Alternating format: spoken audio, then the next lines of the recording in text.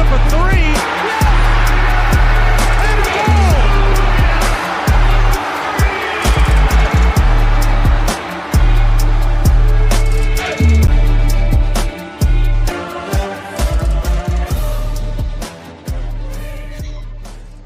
Bearcat Blitz on the Believe Network. I'm your host, Russ Seltman. He's my co-host, Neil Meyer. Neil Meyer of rival Cincinnati site, frontofficenews.com, and I'm of the Sports Illustrated arm, Cincinnati Bearcats on SI, covering all things Cincinnati Bearcats athletics, which we're experiencing arguably the most disappointing Cincinnati Bearcats athletics season since I've been alive. You could make that very, very good argument.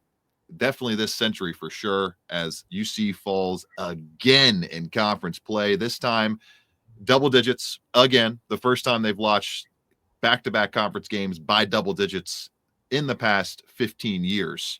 80-52 loss to BYU. We'll discuss all that. Take a quick break in the middle of the show and then get to the back half of the Utah trip, going up against the Utes, who I don't know if there's any Big 12 team outside of Colorado that Cincinnati could beat right now, given how poorly they are playing. All that coming up, but first, a quick message about Bet Online. It continues to be the world's most trusted betting platform and your number one source for online betting in 2025. Whether you're a seasoned fan or a first-time bettor, Bet Online is your ultimate game day companion. With the largest selection of odds on everything from football, the NBA, college basketball, to UFC and NHL. Bet Online is the number one sports betting source for the new year. From touchdowns to three-pointers and hat tricks, Bet Online has you covered on every game, every play, and every win. Bet Online, the game starts here. Neil, an unmitigated disaster in Provo. I don't think I've ever said this on the show, but I can definitively say they rolled over in the second half. It was an unbelievable showcase of shooting from the BYU Cougars, who in that second frame just destroyed Cincinnati. 11 of 15 from outside. UC hadn't allowed double-digit threes in a game up until the Texas Tech outing, let alone give up 11 and 1/2, over 1.6 points per possession. For Neil, a team that prides itself on its three-point defense, prides itself on its defense in general, and had just a 5-point deficit facing it going into the halftime locker room, was a pretty sad showing and a rollover showing from a team that 19 games in, it's hard to see any of this turning around fast enough to get to an NCAA tournament, let alone make noise in March. Yeah, no, most certainly, Russ. And I mean, you talk about what happened Saturday night. I mean, Cincinnati was in that game until I think the momentum changed, Russ, right before halftime, when Igor Demon came down, hit the three before half. Then they followed suit right out of the gate of the second half to start the second half with another three by Demon. From there, the momentum just completely shifted into favor of BYU. But like you mentioned, 11 from 15 from behind the arc for BYU in the second half alone on Saturday night. Cincinnati has not given up 11 threes in a game outside of maybe Texas Tech all season. So their pride and joy was defending the three ball on Saturday night. They just could not defend the three ball, like, really to save their life if it really depended on it. Some of them were good shots, but in the end, when you allow a team to go 11 from 15 from behind the arc in a half, it's going to be very hard to win a basketball game, especially on the road. But Russ, like you mentioned, they completely rolled over on Saturday. In a game that was a must-win for Cincinnati, they now find themselves scraping to find any kind of momentum to potentially put themselves back into NCAA contention, and it's not going to be an easy path moving forward, Russ. And to say that, at least, because you look down at the schedule, you're going to have to win at Utah. You're going to have to win versus West Virginia at home. You're going to have to win at UCF. Another 2 wins versus BYU. They're going to have to win 6 of their next 7, and that includes a hard road game at Iowa State. So it's going to be physically hard for Cincinnati to climb out of the hole that they dug themselves in right now. But Russ, to say disappointment on Saturday night is an understatement of what this team's potential was. But Saturday night was a disappointment on all aspects for Cincinnati basketball. Worst loss by margin since the drubbing they took at the hands of Ohio State in the Maui Invitational. And Neil, it kind of feels like this team is exactly in the same spot as a program as to where that team was 2 years ago. back in 2022, and nothing has moved forward. Nothing. They have not achieved anything since then. They've achieved nothing under Wes Miller. The only gauge for hope moving forward with this program, seeing how unable Wes Miller is to coach in game, is the recruiting. That's the only bastion of hope right now. And you got a guy like Sean Abayev, another guy like Keyshawn Tillery, who could hopefully come in and be killers for this roster, Neil, because there are no killers on this roster. There are no alphas on this roster. Simas Lukosius, the only player in double figures in this game, 14 points, 5 of 11 shooting. He was still minus 20 plus in the game and didn't make a big impact defensively. 4 rebounds, 1 assist. Simas was the only one who gets a pass in this one. Dylan Mitchell, his second stinker in conference play. He's mostly been consistent, and he gets a pass for the most part as a guy that is really, Neil, the only player who 100% of the time plays hard on defense. Dan Skillings Jr. deserves a fat call out right now. 6 points, 0 for 3 shooting, didn't go to the free throw line at all, and 1 rebound, Neil. I mean, this was arguably Dan's worst game as a Bearcat, given how far along he is in his career and how much they desperately needed an answer at the forward position in this game. He has completely fallen flat on his return to the team this season. He's been a complete no-show in conference play. And to go 0 for 3 from downtown, not get to the free throw line once, and to shoot 4 free throws as a team, it just goes to show that there are no killers offensively on this roster right now. There's nobody that can consistently shoot the basketball, seeing as they're 5 of 28 from deep, 1 or 4 from the free throw line, outside the top 300 in both statistics nationally. Neil, they don't have a top 25 scorer points per game wise in the Big 12 on this roster. Of the top 25 scorers in the Big 12, none of them play for Cincinnati.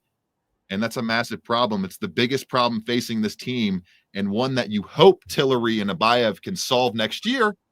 But, Neil, what are those guys? What are they going to be? 18 years old? 17 years old? Freshmen in college basketball? How many freshmen come in and are like Cooper Flagg and immediately take over and are your killer and number one alpha on a team? It doesn't happen very often. And as soon as those guys are very highly rated, but not necessarily top 10, top 5, bona fide, come in day one and take over a program recruits, it's hard to see where the progression is coming for this team, this program, and especially under Wes Miller, where he keeps bringing up, they did these things that threw a wrench at us. He keeps bringing up all these things that teams are throwing at them after games, but they don't have any answer in game. And the biggest problem is, Neil, if you can't shoot it all, you're not going to win basketball games. We said that was the number one issue for this team coming into this game against BYU. And the biggest reason you and I picked against UC was the matchup did not favor them at all. BYU is going to pack the paint, and they force teams to shoot over the top of them on the outside. And they say, you can go ahead and win if you can do it. What did Cincinnati do? 5 of 28 from deep. Some open shots here and there, plenty of open misses, plenty of open corner misses. Just, if you're going to miss this many open jump shots, you're just a bad basketball team. And that's exactly what Cincinnati has proven to be. And Neil, there's just no, on a roster that's this highly paid, it's just very disappointing that there have been no alphas to surface 19 games into a, 31 to 33 game season, depending on how far they go in the conference tournament. Yeah, no, most certainly. And I mean, Russ, you look down at the stat sheet again from the other night. They got out-rebounded again. BYU again, just 7 consecutive games, right, Neil? Or 6 consecutive conference games? Consecutive game that they have been out-rebounded. And when you look down, like you mentioned, with how much these guys are being paid and the talent on paper, there's no reason that teams should be out-rebounding them 6 consecutive games, especially in the Big 12, for what Cincinnati is really pride themselves on, being physical, being aggressive, crashing the boards, winning that margin. But right now, Russ, they are not winning anything on the glass. They are underperforming. I mean, you look down 34 to 28 again on Saturday night. They have to start finding ways to win the battle of the glass. I mean, you look down, Dylan Mitchell led the team with 5 rebounds. Ziz Bandego, 4 rebounds. AP with 3. Simas with 4. They have Dan with 1. You have to find ways to win the rebounding margin if you want to compete in the Big 12. You just flat out have to. Especially when you're missing shots at the rate they are. 38% from the floor in this game. Again, under 40% shooting. It's every game in the Big 12, it feels like. especially when you look down too from the stat sheets the other night, Russ. Cincinnati 5 for 28 from behind the arc. BYU 15 for 24. Shot nearly 75% from the line from behind the arc. BYU did the other night. Think about that. Well, close to 60%. So a little over and then they did shoot 80% from the free throw line. Another 11 tries there to Cincinnati's 4. It's just the math just doesn't make sense, Neil. And what did BYU have that Cincinnati does not have? A killer offensively. And that's what Igor Dimon. What did I say in the preview, Neil? I said if they let Igor Dimon get going, they will lose this game by double digits. And that's exactly what happened. And who else did they let get going? The only other guy on the scouting report that you have to slow down in Richie Saunders, who went 5 of 7 from deep, is a top 3 player in effective field goal rate in the Big 12, scored a game high 21 points. And then you have your freshman phenom, Igor Dimon, 15 points, 7 assists, 5 rebounds, showing why he's going to be most likely a top 10 pick in the NBA draft. Cincinnati doesn't have any players that can do that, Neil. They don't have any players that have shown they can do that. And Neil, have they had a player? I don't think they've had a guy score 20 plus points in conference play, right? I mean, that's crazy. Think so. And has a guy scored 17? I think Jizzle was the high scorer at 17 against Texas Tech. That's it. Yeah. And what this team is desperately missing, Russ, and I don't know if you see it this way, this team is definitely missing a guy like John Newman from a year ago where if things weren't going offensively, you knew you had somebody who was going to slash to the basket, take some contact, and try to get to the foul line and alter the game that way. Or somebody in the locker room that can light a fire under this team. Like to roll over like they did in that second half, and for Wes Miller to say, I got a bunch of guys that aren't going to quit. They already quit, Wes. We just watched them quit in the second half. They rolled over 1.6 points per possession for a UC defense. That's quitting. That is quitting right there.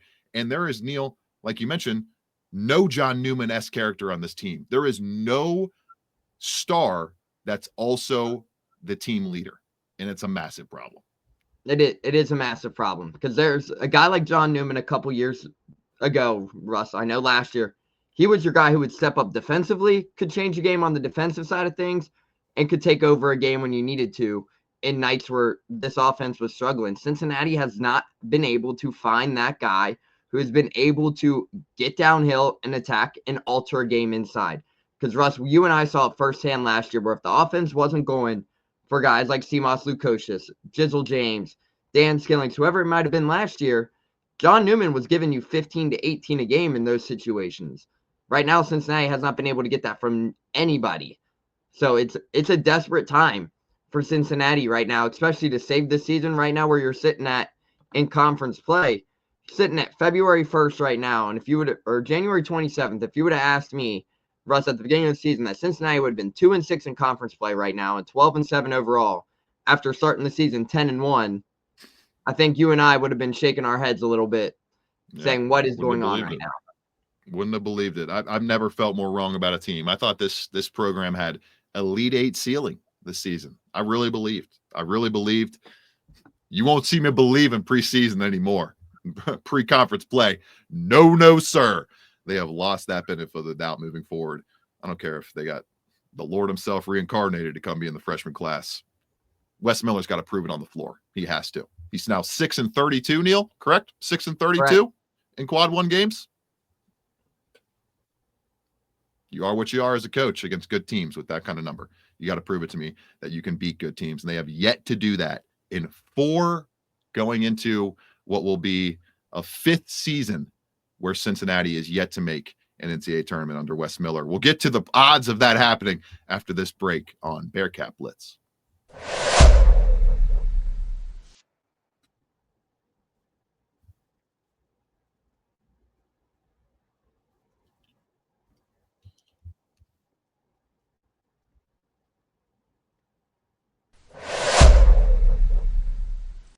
Check in on the Cincinnati Bearcats floundering NCAA tournament hopes as they get ready to wrap up their Utah road trip against the Utes in Salt Lake City. Last week, what did I think I was talking to you in the presser last week. I think I said Reno, Nevada, where they were playing the game last week on the show.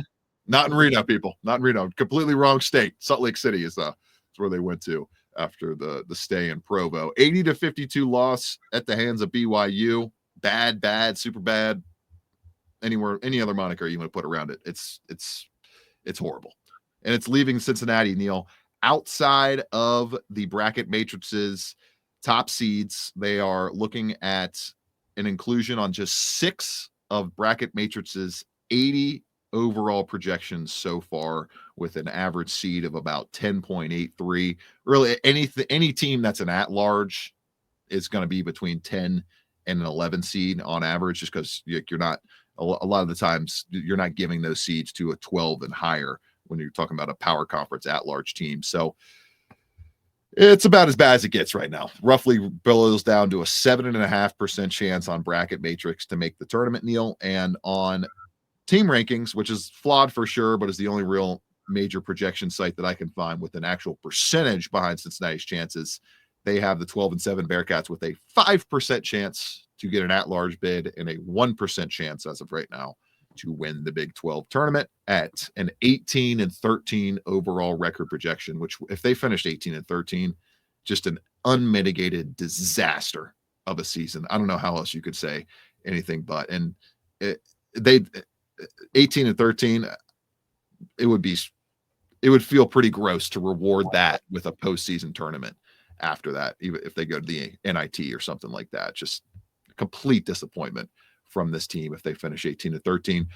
Very likely though, Neil, because looking at the schedule coming up before we get to the Utah matchup, you got Utah on the road, as you mentioned, and then home against West Virginia, at UCF, home against BYU, home against Utah, and back-to-back road trips back into the double quad one-up scenarios against Iowa State on the road and West Virginia on the road after that. Neil, they have to win the next 5 games, undoubtedly. If they lose any of the next 5 games, their at-large chances are done. And then they have to win one of the 2 games against Iowa State. And to me, you have to go 4-1 down the stretch with only one of those losses. That one loss can only come in the 2 quad one games you have remaining in the final 5, which is home against Baylor and at Houston.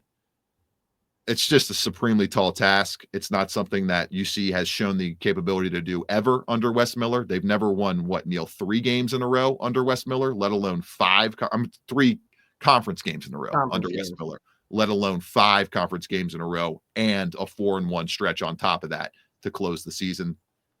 It's an unbelievably daunting task Cincinnati has in front of it to get an at-large bid in the tournament.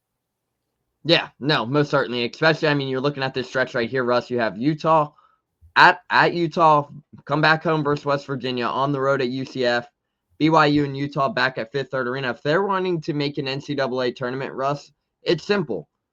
Win 4 of the next 5 and protect your home court. That's simply it. And Cincinnati has not played well at home this year. They simply have not.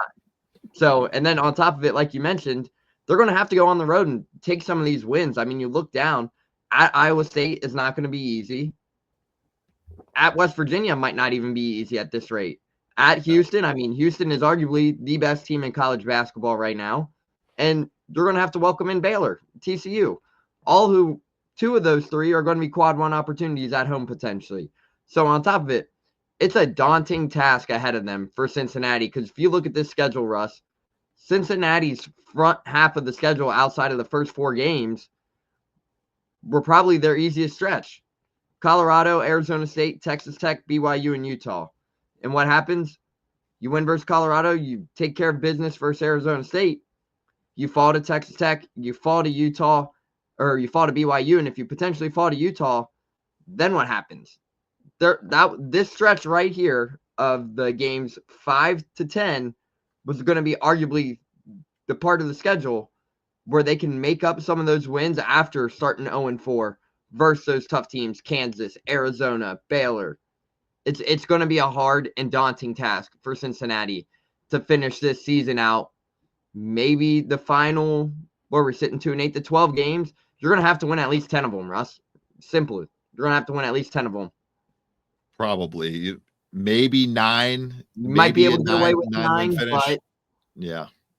But the last 2 losses hurt you tremendously, Neil. I mean, the committee is going to look at the last 2 losses, double-digit loss at home in a quad one game, 28-point loss on the road to a team that's rated nearly identical to you when we broke down the ratings last week. So, like you mentioned, Neil, You would think that a 10-10 record would normally get them in, but with how poorly they've showed in this first opening half stretch, almost the first opening half of conference play, they might need to add another win on top of that, like you mentioned, to be able to get into the dance. It's extremely unlikely, and we'll get to a win they have to have and how they can do it and what we project from it with the Utah matchup coming up after this on Bearcat Blitz.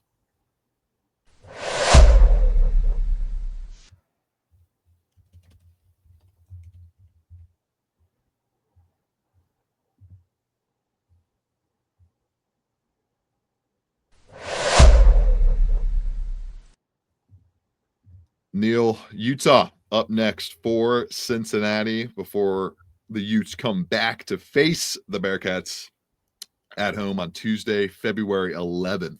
UC needs to sweep this season series to have any real hope of making the NCAA tournament after suffering their worst loss in conference play so far, 80-52 to BYU.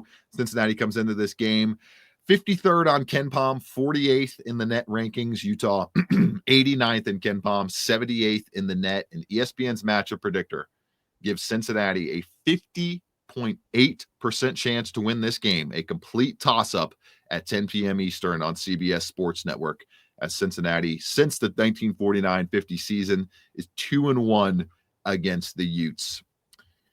Neil, as I mentioned, no Bearcat ranks among the Big 12's top 25 scorers. And I don't know if they're going to get a 20-point game score, 20-point single game score in this one either, because of Utah's less stout than most Big 12 defenses, but still good shooting defense at that. They are really bad at fouling, but UC doesn't get to the free throw line. So that doesn't seem to be an issue in this one for Utah.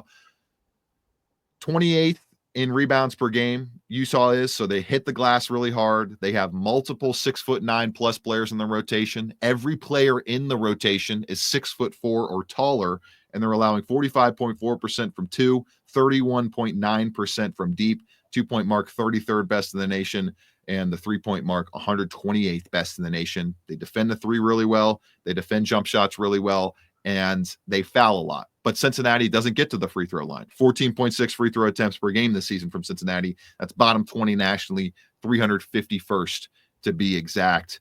It's a brutal matchup, Neil, once again for this Cincinnati offense, especially going on the road with a jump shooting outfit that is only hitting 39.8% of its field goals in conference play.